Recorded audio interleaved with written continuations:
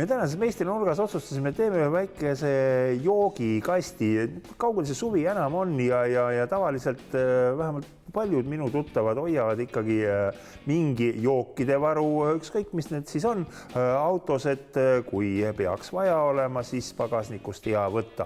Aga et need kõik purgid ja pudelid seal auto pagasnikus ei jookseks ja ka veereks nurgast nurka, siis mõistlik on, kui üks selline korralik ja igati mehine joogikast on autos, saad teda iga kell sealt välja võtta ja ära piknikule minna.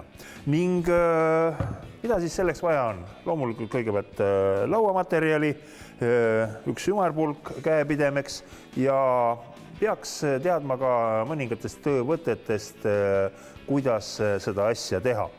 Mul on olemas siin üks näidis otsalaud ja selleks, et neid töövõtteid läbi proovida, ma kasutan seda šabloonina, ma panen ta siia peale. On hetkel natukene laiem küll, aga märke peale ja võtame selle laua pikkuse ära. Nüüd edasi läheb asi natukene keerukamaks, seepärast, et peame ära lõikama siit need kaks külge kergelt viltuselt. Ma mõõdan selle nurga siit nüüd üle, millise nurga all ta meil täpselt on ja praegu ta näitab mul kuskil 74 kraadi, nii et 16 kraadi alla ma peaksin panema saelõike nurga, siis esimene lõige on ära võimalik teha selliselt, et panen laua siia peale ja otsalaud sai meil nüüd selline, nagu nägite, miiusaega täiesti saetav ning järgmine samm, mida tuleks teha, on see, et peame puurima siia augu sisse. Kõige tähtsam on selle augu asukoht täpselt paika panna, keskjoone ma märkisin ära ja võtame augu tsentri siit ülevalt kuskilt 3,5 sentimeetrit, ma märgin ta 2 joonekesega ära. Nii, vaatame korra, natukene tahab tsentreerida paremaks. Nii, ava sai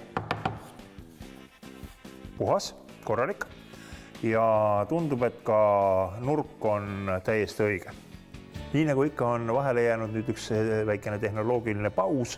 Mul on selle ajaga ühe kasti jaoks detailid valmis tehtud.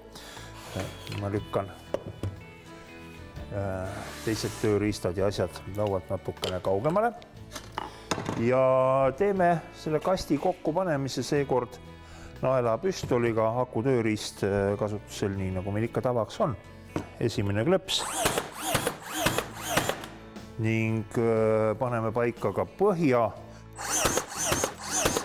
Kasti põhikuju ongi sellega käes ja siis tuleb nüüd natukene pinget anda ja teine asi on see veel, et kui me nüüd lööma hakkame, see ülemine käsipuu osa vedrutab nagu vastu või küljepuu.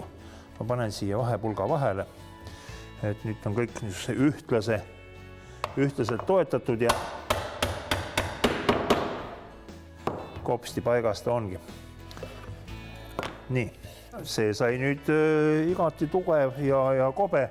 Mul on ette valmistatud tegelikult veel ühed pisikesed asjad, need voodrilaua jääkidest sai lõigatud niisugused klotsid, mis on siis mõeldud siia vahepuudeks, et klaastaara väga tihedalt üksteise vastu ei oleks ja katki ei läheks ja näete, nad lähevad siia selliselt supsti sisse. Need lõiked on tehtud suhteliselt vabalt.